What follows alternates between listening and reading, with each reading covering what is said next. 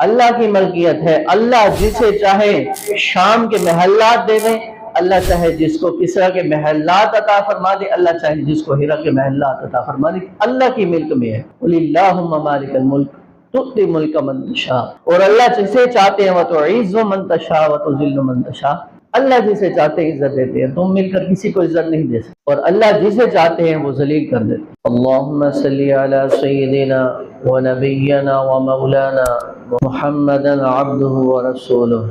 میرے محترم دوستو، دنیا میں سب سے زیادہ محتاج وہ انسان ہے، اور سب سے زیادہ ضرورت دنیا میں انسان کی ہے، اور محتاج بھی سب سے زیادہ انسان ہے۔ تو اللہ تعالیٰ نے انسانوں کو یہ تعلیم دی ہے کہ ہر مشکل میں، ہر تکلیف میں، ہر حاجت میں، تمام مشکلات میں، تمام پریشانیوں میں، تمام حاجات میں ہماری نظر اسباب کی طرف نہ جائے بلکہ اللہ کی طرف جائے، اسباب کی طرف نہ ہو بلکہ مسبب الاسباب کی طرف ہو۔ اللہ تعالیٰ نے انسانوں کو یہ تعلیم دی ہے، اور یہی اسلام کی بنیادی تعلیم ہے کہ جو کچھ ہوا اللہ نے کیا اپنے ارادے سے، جو کچھ ہو رہا ہے اللہ ہی کر رہے ہیں اپنے ارادے سے، جو کچھ ہوگا اللہ ہی کریں گے۔ پوری دنیا میں جو کچھ ہو رہا ہے اللہ کی چاہت سے ہو رہا ہے، اور جو کچھ ہوگا اللہ کے چاہنے سے ہی ہوگا۔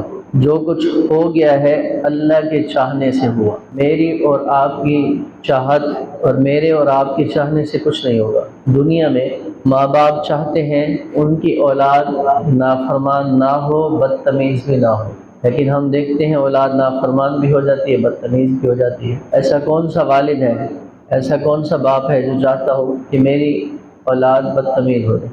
ہر کوئی یہی چاہتا ہے، ہر ماں باپ یہی چاہتا ہے اولاد ہماری چاہت کے مطابق تمیز والی ہو اور فرما بردار ہو، لیکن ہم دیکھتے ہیں ان کی چاہت کے مطابق نہیں ہوتا۔ بعض اوقات نافرمان بچے نکل آتے ہیں، بدتمیزی بھی کرتے ہیں، والدین کی 100% محنت ہوتی ہے، دعائیں بھی کروا رہے ہوتے ہیں، ان کی چاہت ہوتی ہے لیکن وہ چاہت کے مطابق نہیں ہوتا۔ اسی طرح مدرسہ ہے یا سکول ہے یا کوئی ہنر ہے، ہر استاذ اور ہر استاد یہ چاہتا ہے کہ میرے سے پڑھنے والا، سیکھنے والا یہ لائق بھی ہو، سمجھدار بھی ہو، اور استاد کی 100% محنت ہوتی ہے اس پر، لیکن ہم دیکھتے ہیں استاد کی چاہت کے مطابق نہیں ہوتا۔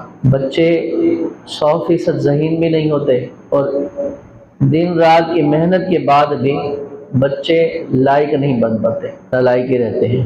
اسی طرح اگر ہم پوری دنیا میں دیکھیں، جہاں کہیں بھی حکمران ہیں وہ یہ چاہتے ہیں کہ ان کی جو رعایا ہے، ان کے ماننے والے لوگ ہیں یا نہ ماننے، وہ ان کی چاہت کے مطابق اس ملک میں رہیں، کسی بھی ملک کا ہے، کسی بھی علاقے کا ہے، کسی بھی شہر کا ہے، چھوٹے سے چھوٹا کونسلر ہے، MLA MP ہے، وزیر اعظم ہے، پوری دنیا کے اندر کہیں بھی چلے جائیں، وہ یہ چاہتا ہے کہ یہ جو میرے محلے کے، علاقے کے، ملک کے، شہر کے لوگ ہیں نا، یہ میری چاہت کے مطابق چلے، لیکن ہم دیکھتے ہیں اس کی چاہت کے مطابق بھی نہیں ہوتا۔ لوگ اسی ملک میں رہتے ہوئے حکمرانوں کے خلاف بھی چلتے ہیں، کچھ ان کی مان کر بھی چلتے ہیں۔ تو اس سے بھی معلوم ہوا کہ جو حکمران ہے کسی بھی ملک کا ہو جائے، اس کے چاہنے سے بھی کچھ نہیں ہوتا، اس کی چاہت کے مطابق بھی کچھ نہیں ہوتا۔ اور ہم اپنے علاقے میں نظر دوڑائیں، کھیتی باڑی ہے، کاشتکار اس پر محنت کرتا ہے، اچھا بیج بھی خرید کرتا ہے، وقت پر پانی بھی لگایا، دوائیاں بھی، ادویات اس کی وقت پر لگائی، ہر چیز اس کی خالص اور 100% پوری کرتا ہے۔ اس کی چاہت ہوتی ہے میری گندم، میری کپاس، میرا یہ گنا یہ 100% اچھا ہو اور پہلے نمبر پر ہو، پیداوار بھی اچھی ہو، لیکن ہم دیکھتے ہیں اس کی چاہت کے مطابق بھی نہیں ہوتا، حالانکہ اس نے سارے اسباب پورے کیے ہوتے ہیں، لیکن ہم دیکھتے ہیں اس کی چاہت کے مطابق بھی نہیں ہوتا، بعض اوقات نقصان بھی ہوتا ہے۔ پوری دنیا کے اندر ہر جگہ، ہر لمحہ، ہر شہر میں، ہر علاقے میں اللہ رب العزت کی طاقت ہے، اس کی قدرت ہے، اس کی حکومت ہے، اس کے ملک ہے، اور اس کی طاقت اور اس کی حکومت ایسی ہے کہ جو وہ چاہتا ہے وہ وہی کرتا ہے اور وہ ہوتا ہے، جو وہ چاہتا ہے وہی کہتا ہے وہی ہوتا ہے۔ پوری دنیا کے اندر کہیں بھی کسی درخت سے کوئی پتا اللہ کی اجازت کے بغیر گر نہیں سکتا ٹوٹ کر۔ اللہ رب العزت ایسے حکومت کرنے والے ہیں، ایسے بادشاہ ہیں، ایسے کامل بادشاہ ہیں، ایسے کامل بادشاہ ہیں کہ ان کی بادشاہت ایسی ہے کہ اس کے ماننے والے یا نہ ماننے والے بھی اس کی چاہت کے بغیر ایک پلک بھی نہیں جھپک سکتے۔ اللہ قرآن میں فرماتے ہیں کہ یہ جو مکھی ہے نا، مکھی، یہ مکھی کیا، یہ جو مکھی کچھ اٹھا کر لے جائے نا، تم اس سے وہ بھی نہیں چھڑوا سکتے، ایسے طاقتور ہے۔ اللہ کیا فرما رہے ہیں، ہمیں انسانوں کو کیا تعلیم دے رہے ہیں کہ ہمیشہ اسباب پر نظر نہ رکھنا۔ اللہ فرما رہے ہیں اسباب پر نظر نہ رکھنا، بلکہ اسباب کو بنانے والے اللہ کی طرف نظر۔ یہ ہم مسلمانوں کو، ایمان والوں کو اللہ یہ تعلیم دے رہے ہیں۔ اللہ رب العزت اسباب کے محتاج نہیں ہے۔ اللہ چاہے تو یہ بغیر کھانے کے بھی بھوک ختم کر سکتے ہیں، اللہ چاہے تو پانی کے بغیر بھی پیاس بجھا سکتے ہیں۔ یہ صرف ہماری آزمائش کے لیے ہے، ہماری آزمائش کے لیے ہے کہ بندے کیا کرتے ہیں۔ اولاد کا سلسلہ ہمیں اسباب سے نظر آتا ہے کہ مرد اور عورت، خاوند اور بیوی کے ملنے سے اولاد آتی ہے۔ اللہ چاہے تو اس کے بغیر بھی اولاد عطا فرما سکتے۔ مریم علیہ السلام کو اللہ نے اولاد دی، عیسیٰ علیہ السلام کو بغیر باپ کے، بغیر اسباب کے پیدا کر کے دکھایا تھا۔ تو ہماری نظر ہمیشہ اسباب کی طرف نہ ہو، بلکہ مسبب الاسباب کی طرف ہو۔ اسباب موجود بھی ہوں، یہ کام میرا یہاں سے ہو سکتا ہے، پھر بھی حکم ہے، اللہ اس بات کی تعلیم دے رہے ہیں ہمیں، نظر پھر بھی اللہ کی طرف۔ پانی پڑا ہوا ہے، اللہ دل میں یہ ارادہ، اس سے پیاس نہیں بجھے گی، پیاس آپ ہی نے بجھانی ہے، اسباب اختیار کرنا آپ کا حکم۔ تو یہ اسلام کی بنیاد ہے کہ ہمارا اس بات یقین ہو کہ سب کچھ کرنے والی ذات کون ہے؟ اللہ کی ذات ہے۔ ہماری تمام مشکلات، تمام پریشانیاں، تمام حاجات، تمام بیماریاں، ہمارے گھروں کا مسائل کا حل، ہمارے دکان کا مسائل کا حل، ہمارے جسم کے اندر پھیلنے والی بیماریوں کا حل، ہر طرف جہاں بھی ہماری نظر جائے وہ اس اللہ کی۔ یہ ہماری بنیادی تعلیم ہے جو ہم نے آج بھلائی ہوئی ہے۔ ہم نے اس کو، جو ہماری اساس تھی نا، ہم نے اس کو چھوڑا ہوا ہے۔ سبھی ہر طرف مسلمان وہ نیچے گرتے جائیں۔ ابھی یہ جو انڈیا پاکستان کا معاملہ ہوا، جنگ ہوئی، چائنا ٹیکنالوجی، اگر اللہ چاہیں تو وہ تمام دنیا کے لوگ مل کر بھی نہ رہیں، بڑے سے بڑا ایٹم بم تیار کر کے ایک مکھی کو نہیں مار سکتے جب تک اللہ نہ چاہے۔ تو ہماری نظر کہاں تھی؟ چائنا ٹیکنالوجی پر۔ ایمان والوں کی اللہ یہ تعلیم، یہ بنیادی، جب ہم پیدا ہوتے ہیں نا، بچہ پیدا ہوتا ہے، سب سے پہلے اس کے کان میں کیا الفاظ ہوتے ہیں؟ اللہ۔ 6 مرتبہ اللہ سب سے بڑا ہے، لا الہ الا اللہ، 2 مرتبہ اشہد اللہ، اس میں آ گیا، 1 مرتبہ آخر میں۔ یہ سب سے پہلی بنیادی تعلیم جو ہمارے کانوں میں پڑھ رہی ہے نا، وہ یہی پڑھ رہی ہے، اللہ سب سے بڑا ہے، تمہارا معبود، تمہیں پالنے والا، تمہاری تمام پریشانیاں دور کرنے والا، وہ ایک وحدہ لا شریک ہے، ایک اللہ ہے۔ یہ ہماری بنیاد، ہمیں سب سے پہلے جو تعلیم دی جا رہی ہے وہ یہی دی جا رہی ہے۔ اور پھر میں اور آپ آج دیکھ لیں ہم پریشانیوں میں کیوں ہیں۔ مالی حالات اس میں پریشان، کاروباری حالات اس میں پریشان، گھریلو حالات اس میں پریشان۔ مثال دے کرتا نا، اس سے بات سمجھ آ جاتی ہے کہ ہمارے گھر کے اندر گندا پانی جمع ہو جائے اور اس کو نکالنے کے لیے باہر گلی کو صاف کر رہے ہیں، ہم باہر گلی کو صاف کر رہے ہیں، پانی نہیں نکل رہا۔ ایک شخص آیا، کیا بھی یہ پانی نہیں نکل رہا، آپ دیکھیں۔ وہ گیا گھر کے اندر، دیکھا پانی جمع ہے، باہر بھی آیا، نالی بھی ٹھیک ہے۔ اس نے دیکھا جہاں سے گھر کے اندر سے پانی باہر جا رہا ہے وہاں ایک پتھر روڑا پڑا ہوا ہے، اس نے اس کو اٹھایا اور پانی باہر نکل گیا۔ تو ہم نے اپنی زندگی کے اندر یہ پتھر اٹکایا ہوا ہے کہ ہم صرف ہمیشہ اسباب کی طرف دیکھتے ہیں۔ میری بیماری یہ اس دوائی سے ٹھیک ہوگی، میرا مسئلہ جو ہے یہ کام فلاں MLA MP سے ہوگا، میرا مسئلہ یوں ہوگا۔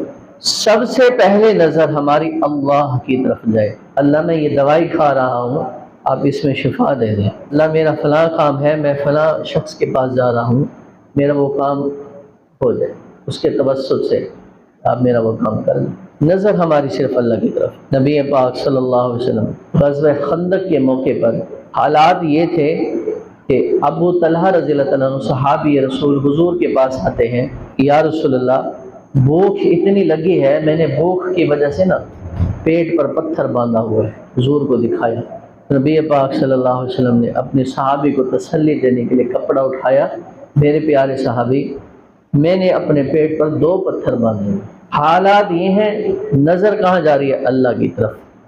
غزوہ خندق کے موقع پر حضرت سلمان رضی اللہ عنہ کے مشورے بہت بڑی خندق کھائی بنائی گئی، تو حالات یہ ہیں کہ پیٹ پر پتھر باندھے ہوئے ہیں، لیکن مشورہ ہوا کہ ہم نے مشرکین اور کفار سے لڑنا ہے، ان کی تعداد بہت زیادہ ہے، اب کیا کیا جائے؟ صحابہ نے مشورہ دیا کہ ایک بہت بڑی کھدائی کی جائے، خندق بنائی جائے، تاکہ وہ جب آئے تو وہ اس کے اندر گر جائے۔ مشورہ ہوا، سب کھدائی شروع کر دی، پیٹ پر پتھر بندھے ہوئے ہیں، بھوک سے برحال ہے، لیکن نظر اللہ کی طرف ہے، اللہ نے ہماری مدد کرنی ہے۔ کھدائی شروع ہو گئی، کھدائی کرتے کرتے کرتے ایک جگہ نا چٹان آ گئی پتھر کی، باقی تو مٹی تھی، وہ چٹان اب ٹوٹ نہیں رہی۔ صحابی آئے، یا رسول اللہ ایک جگہ وہ چٹان آ گئی ہے، وہ ٹوٹ نہیں رہی۔ حضور نے کہا اچھا میں آتا ہوں۔ حضور گئے، سب سے پہلی چوٹ حضور نے ماری اور قرآن کی آیت پڑھی، وَتَمَّتْ كَلِمَةُ رَبِّكَ صِدْقًا وَعَدْلًا، اس کی ایک سائڈ ٹوٹ گئی چٹان کی۔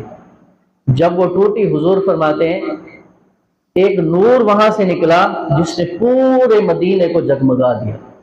حضور فرماتے ہیں میں اپنی آنکھوں سے شام کے محلات دیکھ رہا ہوں۔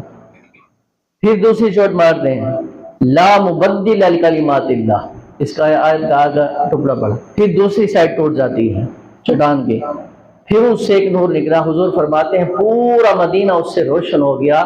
کہا میں کسرا کے محلات کو اپنی آنکھوں سے دیکھ رہا ہوں، پیٹ پر پتھر بندھے ہوئے ہیں، 2 پتھر ہیں، نظر کس کی طرف ہے؟ اللہ کی طرف۔ فرما رہے ہیں میں اپنی آنکھوں سے کسرا کے محلات کو دیکھ رہا ہوں۔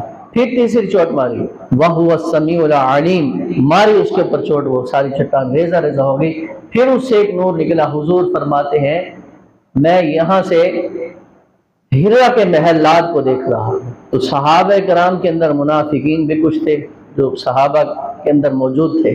بظاہر یہ آتا تھا کہ ہم آپ کے ساتھ ہیں، لیکن اصل میں دل میں ہر دور میں یہ ہوتا ہے کہ جہاں مخلص خلوص سے کام کرنے والے لوگ ہوتے ہیں، ان منافقین بھی ہوتے ہیں۔ منافقین موجود تھے غزوہ خندق کے موقع پر، وہ ایسے تھے، ایک دوسرے کو کونیاں مارنے لگے۔ دیکھو حال دیکھو، پیٹ پر پتھر بندھے ہوئے ہیں۔ قسم پرسی کا حال یہ ہے، کھانے کے لیے ان کے پاس کچھ ہے نہیں، اور کہہ رہے جی ہمیں شام کے محلات نظر آ رہے ہیں، کسرا کے محلات نظر آ رہے ہیں، ہیرا کے محلات نظر آ رہے ہیں۔ باتیں سنو ان کی، اللہ تو سن رہے تھے نا۔ فوراً جبرائیل علیہ السلام کو اللہ نے بھیجا، جبرائیل علیہ السلام کو بھیجا، یہ آیات لے کر آئے، قُلِ اللَّهُمَّ مَالِكَ الْمُلْكِ تُؤْتِي الْمُلْكَ مَن تَشَاءُ، اے میرے نبی ان کو کہہ دیں یہ جو ملک ہے نا، ملک یہ اللہ کی ملکیت ہے، اللہ کی ملکیت ہے۔ اللہ جسے چاہے شام کے محلات دے دیں، اللہ چاہے جس کو کسرا کے محلات عطا فرما دے، اللہ چاہے جس کو ہیرا کے محلات عطا فرما دے، اللہ کی ملک میں ہے۔ قُلِ اللَّهُمَّ مَالِكَ الْمُلْكِ تُؤْتِي الْمُلْكَ مَن تَشَاءُ، اور اللہ جسے چاہتے ہیں وَتُعِزُّ مَن تَشَاءُ وَتُذِلُّ مَن تَشَاءُ، اللہ جسے چاہتے ہیں عزت دیتے ہیں، تم مل کر کسی کو عزت نہیں دے سکتے، اور اللہ جسے چاہتے ہیں وہ ذلیل کر دیتے ہیں۔ اللہ جسے چاہتے ہیں نقصان دینے والے اسباب ہوتے ہیں، اللہ رب العزت وہاں سے عزت عطا فرما دیتے ہیں۔ سارے اسباب پیدا ہو جاتے ہیں کہ اس شخص کو ذلیل کرنا ہے، اللہ اس ذلت کے تخت پر بٹھا کر بھی عزت کا تاج پہنا دیتے ہیں۔ حضور کو تسلی دی کہ آپ ان کو کہہ دیں، یہ جو کونیاں مار رہے ہیں نا